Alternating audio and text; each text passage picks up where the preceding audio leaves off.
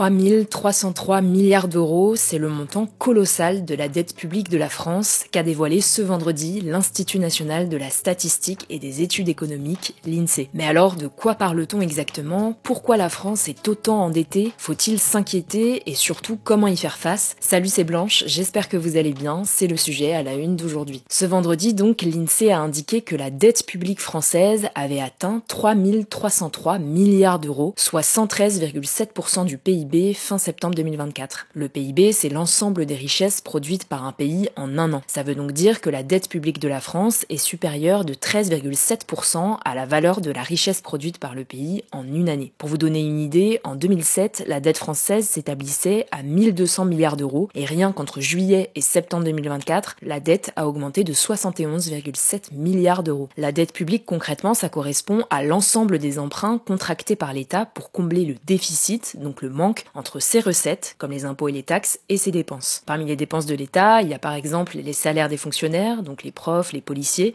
les prestations sociales ou encore les budgets destinés au secteur de la justice, de la police, de l'éducation nationale, de la santé ou encore de l'armée. Pour emprunter, l'État se tourne vers les marchés financiers en émettant des obligations d'État, donc des titres que les investisseurs achètent. En échange, l'État s'engage à rembourser ces sommes avec des intérêts sur une période donnée. Ces investisseurs peuvent être des banques, des fonds d'investissement, d'autres pays ou même des particuliers. La dette, qui était stable autour de 60%, 70% du PIB au début des années 2000, a explosé après la crise de 2008 et à nouveau après la crise du Covid-19 et la politique du quoi qu'il en coûte. Il s'agit d'une politique économique menée par le gouvernement français pendant la crise sanitaire qui consistait en gros à dépenser massivement pour soutenir l'économie. Et dans le détail, l'augmentation de la dette en 2024 est principalement due à l'État, dont la dette a augmenté de près de 60 milliards d'euros, mais aussi à une hausse des dettes de la sécurité sociale et des collectivités locales, donc les communes, les départements ou les régions. Alors face à cette dette importante, la France va être obligée d'emprunter. Concrètement, en 2025, l'emprunt de l'État français va représenter 300 milliards d'euros, un record. En 2024, l'État avait déjà emprunté 285 milliards d'euros. L'objectif premier avec ce nouvel emprunt, c'est donc de rembourser les prêts qui arrivent à échéance. Alors chaque année, une partie du budget de l'État est consacrée au remboursement des intérêts de la dette déjà accumulée, mais plus cette dette augmente, plus les intérêts à payer sont élevés. C'est un peu un cercle vicieux. Or, plus la dette est importante, plus il est difficile de la rembourser, ce qui peut déclencher une crise financière. Alors, pour nuancer, le président de la Cour des comptes, Pierre Moscovici, interrogé en mars dernier sur BFM TV, estime que la France n'est pas en faillite. Selon lui, il n'y a pas de problème de soutenabilité de la dette, même si des efforts pour redresser les comptes publics sont nécessaires. Mais alors, à quoi s'attendre dans les prochaines années concrètement? Eh bien, selon l'INSEE, la tendance de la dette ne devrait pas s'inverser tout de suite. Selon le plan budgétaire du précédent gouvernement, qui couvrait la période 2025-2029, la dette devrait augmenter jusqu'à 116,5% en 2027 avant de reculer à 115,8%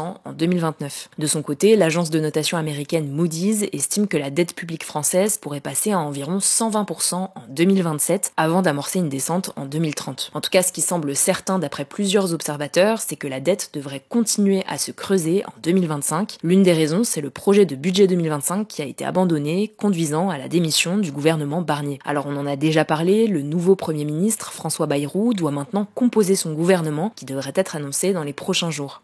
Une fois qu'il sera composé, l'un de ses objectifs premiers, ce sera de proposer un budget pour 2025 qu'il aimerait faire adopter d'ici mi-février. En attendant, un projet de loi spéciale a été définitivement adopté par le Parlement cette semaine pour permettre à l'État de fonctionner en l'absence de budget pour 2025. Mais en raison de l'incertitude politique et économique de la France qui fait suite à la motion de censure, l'agence de notation Moody's a annoncé la semaine dernière baisser d'un cran la note souveraine de la France, en la faisant donc passer de AA2 à AA3. C'est la deuxième fois qu'une des trois grandes agences de notation abaisse la note de crédit de la France cette année, après S&P Global Ratings en mai dernier. Les notes données par ces agences de notation, elles constituent une évaluation de la capacité de remboursement de la dette d'un pays. Plus la note est élevée, moins le pays est considéré comme un risque pour les prêteurs et donc moins il doit payer d'intérêt sur ses emprunts. Au contraire, plus la note est basse, plus le pays est jugé risqué, ce qui peut augmenter le coût de ses emprunts sur les marchés financiers. La note de la France continue à être relativement bonne, mais elle reflète une situation moins favorable qu'auparavant. Mais alors, quelles sont les solutions pour faire face à cette dette publique? En France, les différents partis proposent diverses solutions. Déjà, une partie des politiques et des économistes, surtout classés à gauche, militent pour une annulation de la dette française. Alors, il ne s'agit pas d'une annulation de toute la dette, mais de celle détenue par la Banque Centrale Européenne. Cependant, certains estiment qu'une telle annulation affecterait la crédibilité de la France sur les marchés financiers. Une autre solution serait de réduire les dépenses publiques publics en mettant en place des coupes dans les dépenses gouvernementales par exemple. Cependant, des réductions trop importantes dans les services publics pourraient avoir un impact négatif sur les services publics et entraîner des tensions sociales si les réductions touchent des secteurs sensibles comme la santé par exemple. Autre option, augmenter les impôts, mais là encore, l'idée ne fait pas du tout l'unanimité. Bref, on suivra ça dans les prochains jours, j'espère que vous avez à peu près compris. Je vous laisse avec Léa pour les actualités en bref. Merci Blanche et bonjour à tous. On commence avec cette actualité. La France devrait avoir un gouvernement avant Noël, donc avant mercredi prochain, selon le Premier ministre François Bayrou. Pour l'instant, on ne sait pas qui composera ce futur gouvernement, mais selon plusieurs médias, François Bayrou aurait proposé au chef de parti qu'il a reçu à Matignon d'intégrer son gouvernement. En l'occurrence, il s'agit de tous les partis, à l'exception du Rassemblement national et de la France insoumise. Cependant, cette proposition n'a pas été très bien accueillie, notamment à gauche. Le premier secrétaire du Parti socialiste, Olivier Faure, avait déclaré après la nomination de François Bayrou qu'aucun membre du PS n'intégrerait son gouvernement sous peine d'exclusion. Selon Public Sénat, le Premier ministre a également proposé de rouvrir les discussions autour de la réforme des retraites, mais sans suspendre la réforme. Si vous voulez en savoir plus sur l'interview de François Bayrou, je vous mets le lien en description. Deuxième actu, en Syrie, plusieurs centaines de personnes ont manifesté ce jeudi dans le centre de Damas, la capitale du pays, pour la démocratie et les droits des femmes, une scène inédite après plus de 50 ans de répression. Cette manifestation, elle intervient plus de 10 jours après la chute du régime du président syrien déchu Bachar el-Assad par une coalition conduite par des islamistes radicaux. Les femmes craignent notamment l'obligation du port du hijab. Alors de leur côté, les rebelles ont assuré qu'ils respecteraient toutes les minorités ethniques et religieuses, mais les manifestants souhaitent que ce soit écrit officiellement. D'autres manifestations sont prévues à Damas et dans d'autres villes pour faire pression sur le nouveau régime. On suivra ça. Troisième actu, un immense réseau international de pédopornographie a été démantelé par les gendarmes français et 95 personnes ont été interpellées en France. En fait, ça prenait la forme de groupes sur la messagerie chiffrée Signal. En tout, les gendarmes ont identifié 16 000 utilisateurs et 130 groupes sur lesquels les membres s'échangeaient des images à caractère sexuel de mineurs. Et donc pour les personnes arrêtées en France, il s'agit de 94 hommes qui ont entre 18 et 74 ans et il y a aussi un mineur de 16 ans. Parmi eux, 36 étaient déjà connus pour des infractions sexuelles sur des mineurs ou pour avoir consulté des sites pédopornographiques. 7 étaient même déjà inscrits au fichier des auteurs d'infractions sexuelles ou violentes. Alors les profils sont assez variés, mais il y a notamment un adjoint au maire, le responsable d'une association d'information de la jeunesse ou encore un éducateur sportif. Pour le moment, les investigations sont toujours en cours et elles devront notamment déterminer si les utilisateurs ont produit eux-mêmes du contenu et donc s'ils ont fait subir des sévices à des enfants. Bref, les gendarmes sont en train de transmettre toutes les informations sur les utilisateurs étrangers à Interpol, je vous mets des liens en description. Quatrième actu, la fondation Abbé Pierre a enregistré 30% de dons en moins entre juillet et décembre par rapport à la même période en 2023. Alors si vous n'avez pas tout suivi, en fait la fondation a été créée en 1987 et elle lutte contre le mal logement et la pauvreté. Mais cette année, on a appris que l'abbé Pierre, un prêtre qui a donc donné son nom à la fondation et qui est décédé en 2007, était accusé par de nombreuses femmes de violences sexuelles. Le truc c'est que la fondation vit à 97% grâce aux dons et ses équipes appellent donc à un sursaut. Selon le délégué général de la fondation, Christophe Robert, je cite, « Les graves agissements de l'abbé Pierre ne doivent pas pénaliser les mal logés. En tout cas, la fondation devrait changer de nom dès le mois de janvier, on suivra ça. » Cinquième actu, la Malaisie, un pays d'Asie du Sud-Est, a annoncé qu'elle allait reprendre les recherches d'un avion disparu il y a 10 ans, le vol MH370, qui est considéré aujourd'hui comme le plus grand mystère de l'histoire de l'aviation moderne. En fait, le 8 mars 2014, un avion et ses 239 passagers ont disparu pendant son vol entre Kuala Lumpur en Malaisie et Pékin en Chine sans laisser de traces. Alors des fragments d'ailes ont été retrouvés des années plus tard sur les côtes de l'océan Indien, notamment sur l'île de la Réunion, à Maurice et au Mozambique. Plusieurs hypothèses ont alors été avancées, une panne technique, un détournement, une intervention extérieure ou un acte délibéré du pilote, mais aucune preuve concluante n'a été trouvée. Et donc les recherches vont être relancées par la société américaine spécialisée Ocean Infinity après une approbation ce vendredi du gouvernement malaisien. Elles vont se faire dans une nouvelle zone d'environ 15 000 km² dans le sud de l'océan Indien. Et on termine avec cette actu, si vous êtes chauffeur de taxi ou ambulancier, vous aurez moins de risques de développer la maladie d'Alzheimer, c'est la conclusion d'une étude publiée cette semaine dans le British Medical Journal. Pour arriver à cette conclusion, les auteurs de l'étude ont analysé les données de 9 millions de personnes décédées aux États-Unis entre 2020 et 2022 en prenant en compte leur profession. Et ils ont donc constaté une proportion significativement plus faible de décès liés à la maladie d'Alzheimer chez les personnes qui ont conduit des taxis et des ambulances pendant une partie partie importante de leur vie professionnelle par rapport aux autres. En effet, quand on exerce l'un de ces deux métiers, on doit mémoriser le nom des rues rapidement, une fonction cognitive associée à une zone du cerveau appelée l'hippocampe. Or, cette zone est aussi impliquée dans le développement de la maladie d'Alzheimer qui touche à la mémoire. Merci beaucoup Léa, et on termine avec une recommandation culturelle de la semaine. Je suis allée voir Mufasa le Roi Lion hier au cinéma et j'ai beaucoup aimé. Ce qui est intéressant avec ce nouveau film en live action, c'est que c'est une toute nouvelle histoire, en l'occurrence ici un préquel, puisqu'on suit l'histoire de Mufasa, le père de Simba, raconté par le singe Rafiki. Les images sont très belles et les chansons rentrent facilement dans la tête, on ne s'ennuie pas et surtout ça nous permet de comprendre la genèse de certaines relations qu'on voit dans le tout premier dessin animé du Roi Lion, sorti en 94. Il y a par exemple la rencontre entre Mufasa et Sarabi, la relation avec Scar, l'introduction de l'oiseau Zazu ou encore comment Mufasa est devenu roi. Bref, je vous le conseille, vous pouvez aller le voir avec des petits comme des grands. C'est tout pour moi, merci beaucoup d'avoir suivi ces actualités et plus globalement cette semaine avec moi. Je vous retrouve en fin de semaine prochaine. Passez de bonnes fêtes pour les concernés, prenez soin de vous et je vous dis à bientôt.